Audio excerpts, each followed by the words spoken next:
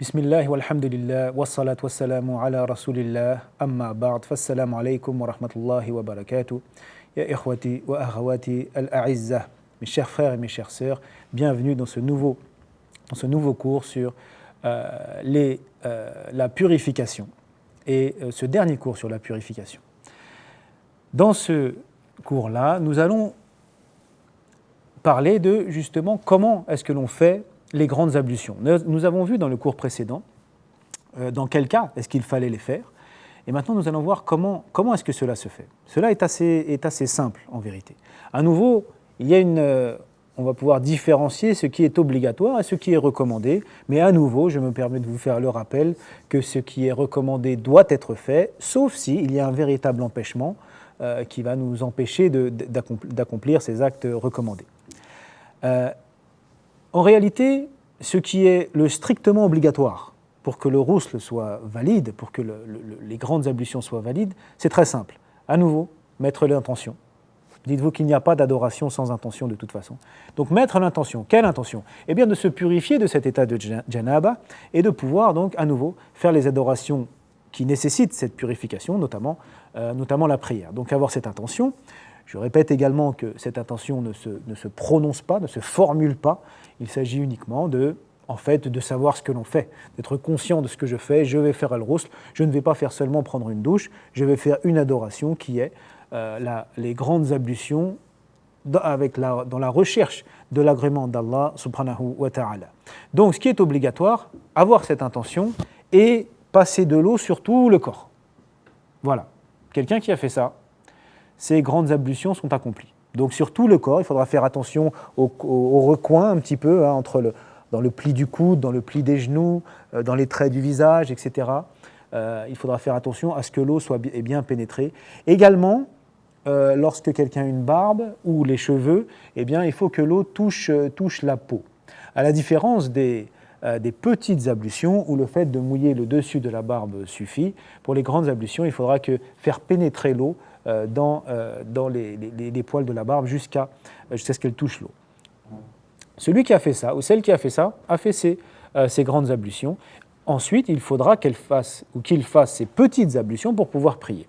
Une autre façon de le faire, donc avec les choses recommandées, et donc ce qui doit être fait si rien ne nous en empêche, il s'agira alors tout d'abord, on commence par se nettoyer les parties intimes, devant et derrière. Ensuite, donc se nettoyer à nouveau avec de l'eau pure et purificatrice, donc de l'eau qui n'est mélangée à rien, même pas à quelque chose de pur, donc pas de l'eau savonneuse ou de l'eau tout simplement. Passer l'eau donc sur les parties intimes, devant et derrière. Ensuite, faire les petites ablutions, comme nous l'avons décrit dans l'épisode précédent. Donc faire les petites ablutions, les mains, la bouche, le nez, le visage, les mains jusqu'au coude, la tête, les pieds, les petites ablutions. Une fois que ces petites ablutions sont faites, là, faire passer de l'eau sur tout le corps. Donc les cheveux en frottant un petit peu pour que l'eau pénètre sur le crâne, sur le cuir chevelu, et un petit peu donc partout, et également dans les plis de la barbe, dans les poils de la barbe, et faire bien attention à ce que l'eau passe sur tous les endroits du corps. Là, ce rousl-là, il est fait avec les recommandations. Et donc, vous avez remarqué qu'il inclut les petites ablutions, puisque nous les avons fait avant de mettre de l'eau sur tout le corps. Ce qui aura pour conséquence qu'une fois que cela est fait, eh bien, nous n'avons plus besoin de refaire les petites ablutions pour faire la prière. Non, les petites ablutions sont comprises. Alors si quelqu'un fait cela, et qu'ensuite il perd les petites ablutions, évidemment, il faudra les refaire. Mais tant qu'il ne les a pas perdues, une fois qu'il a fait ces grandes ablutions ainsi, en incluant dedans les petites ablutions, eh bien, il est en état de pureté, il peut directement faire la prière. Il y a une facilité qui est donnée, que ce soit pour les grandes ou les petites ablutions, c'est le fait de passer la main mouillée sur les chaussettes. Je m'explique. Il est rapporté du prophète, sallallahu alayhi wa sallam, que lui-même a fait cela.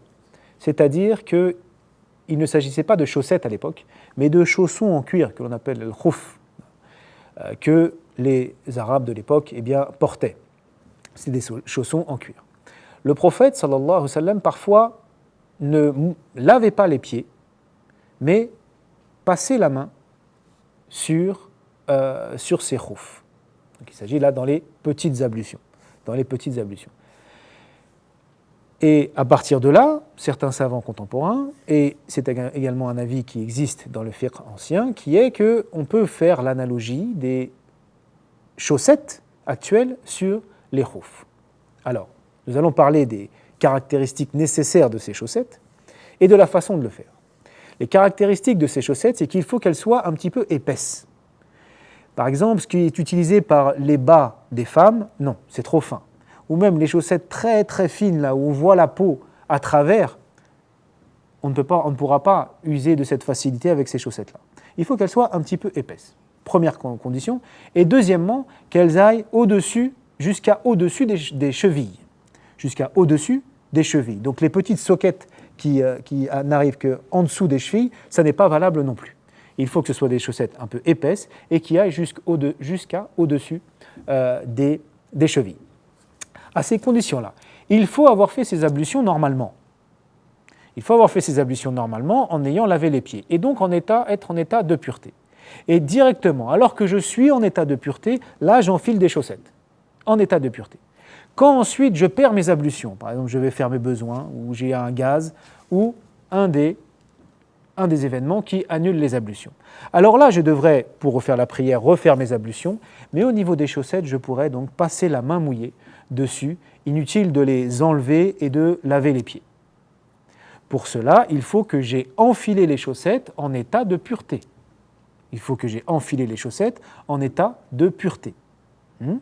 Également, si avant de faire la prière, j'ai enlevé les chaussettes, une ou les deux, là, il faudra laver les pieds. Il faudra compléter les ablutions, la partie qui n'a pas été faite, à savoir laver les pieds.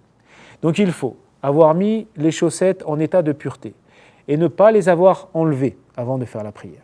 Là, je pourrais donc passer la main mouillée sur ces chaussettes qui devront être un peu épaisses et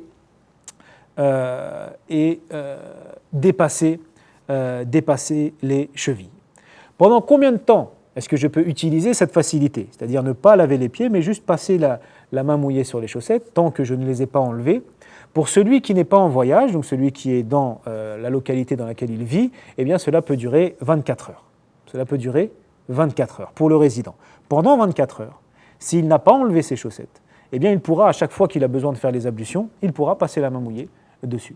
Et le voyageur, 72 heures. Pour le voyageur, c'est 72 heures. Pendant 72 heures, il pourra bénéficier de cette facilité. Autre chose, les ablutions sèches, ce que l'on appelle at-tayammum. Parce qu'il est possible que l'on soit dans une situation où nous n'avons pas accès à l'eau. Il est possible, il ne faut pas oublier, il faut toujours se rappeler que Sharia, elle est valable et applicable et effective pour tout le monde, quelle que soit la situation et l'époque. Donc il y a des situations qui peut-être parfois ne nous sont pas habituelles, mais elle l'est pour d'autres. Et donc c'est possible que l'heure de la prière arrive, il reste peu de temps pour faire la prière, et je n'ai pas accès à l'eau, soit je n'en ai pas, soit quelqu'un qui serait en voyage et qui aurait juste un petit peu d'eau pour boire, mais pas suffisamment pour faire autre chose, eh bien il pourra garder cette eau pour la boire. Ou également, admettons, une voiture qui a tendance à chauffer, qui a besoin à ce que l'on remette de l'eau dans son moteur régulièrement. Si on a juste un petit peu d'eau pour cela, lorsqu'on est en voyage, eh bien il faudra garder l'eau pour cette utilité-là. Ou autre chose qui m'empêche d'avoir accès à l'eau. Ou aussi également, si le fait de mettre de l'eau sur la peau provoque une maladie, ou empire l'état de quelqu'un qui aura une maladie de peau et retarde sa guérison. Il y a des maladies de peau, le fait de mettre de l'eau souvent comme ça, eh bien ça aggrave la maladie et ça retarde la guérison. Là également, c'est une excuse valable pour avoir recours aux ablutions sèches. Les ablutions sèches, c'est aussi une adoration et c'est un acte qui est plutôt symbolique. c'est un acte qui est plutôt symbolique, mais qui doit être fait. Quand je dis symbolique, ça ne veut absolument pas dire que ça n'est pas important ou non. C'est un acte symbolique, mais qui nous a été ordonné par le Seigneur de l'univers et transmis par son prophète, sallallahu alayhi wa sallam. Donc il ne s'agit pas de le prendre à la légère, mais au contraire, c'est une facilité. À nouveau, on voit la miséricorde d'Allah subhanahu wa ta'ala qui demande aux croyants et aux croyantes de faire l'effort nécessaire pour l'adorer, mais sans les mettre dans la gêne et la difficulté.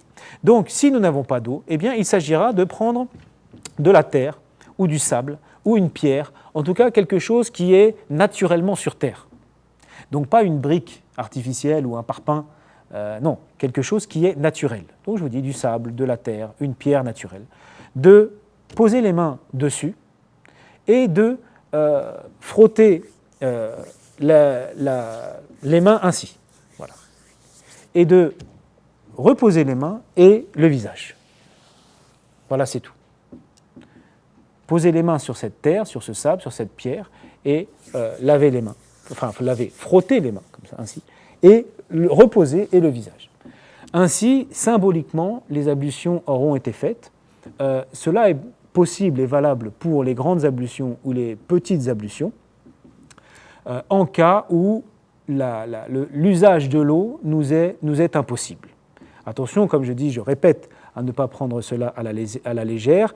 Oui, il n'y a pas la dimension de purification avec de l'eau qu'il y a dans les ablutions, mais y compris les ablutions, elles ont cette dimension symbolique et cette dimension d'adoration et de soumission au Créateur en faisant ce qu'il nous a ordonné, même si ça ne répond pas forcément, on ne comprend pas forcément la logique. Car même dans les ablutions normales avec de l'eau, quel rapport entre avoir un gaz et se laver les membres des ablutions? Il n'y a pas de lien directement entre la cause et l'acte lui-même.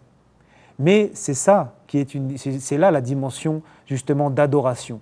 C'est une adoration, c'est-à-dire nous faisons ce que Allah et son prophète nous ont ordonné de faire, même si nous ne sommes pas dans le monde de la logique et de la matière. C'est un monde particulier, un domaine particulier des adorations. Nous faisons ce que Allah nous a ordonné et en guise de soumission à Allah subhanahu wa ta'ala. Et nous savons que dans tout ce qu'il ordonne, il y a une sagesse et un bénéfice pour l'être humain. Tout est bien, tout est sagesse et tout est profitable pour l'être humain, même si nous ne comprenons pas toujours. Notre raison n'a pas forcément accès à toute la logique divine. Et donc, ces ablutions sèches devront être faites si nous n'avons pas accès à l'eau. Et elles vont contenir aussi l'aspect de préparation justement à la prière. C'est-à-dire que je ne passe pas d'un état d'occupation de cette dunyawiya à directement la prière, même si je n'ai pas d'eau, non. Je vais faire un acte rituel, symbolique, pour quand même passer d'un état à un autre, et cela évidemment va contribuer à améliorer ma concentration dans la prière, dans cet acte d'adoration si important. Cet acte d'adoration dont nous parlerons justement dans les prochains cours qui traiteront du chapitre de cet immense bienfait, cette immense ni'ma d'Allah subhanahu wa ta'ala qu'est la prière. Barakallahu fikum, akramakumullah, ila al-liqa insha'Allah. Merci pour votre attention et je vous dis à bientôt insha'Allah. Qu'Allah vous préserve. Wassalamu alaikum wa rahmatullahi wa barakatuh.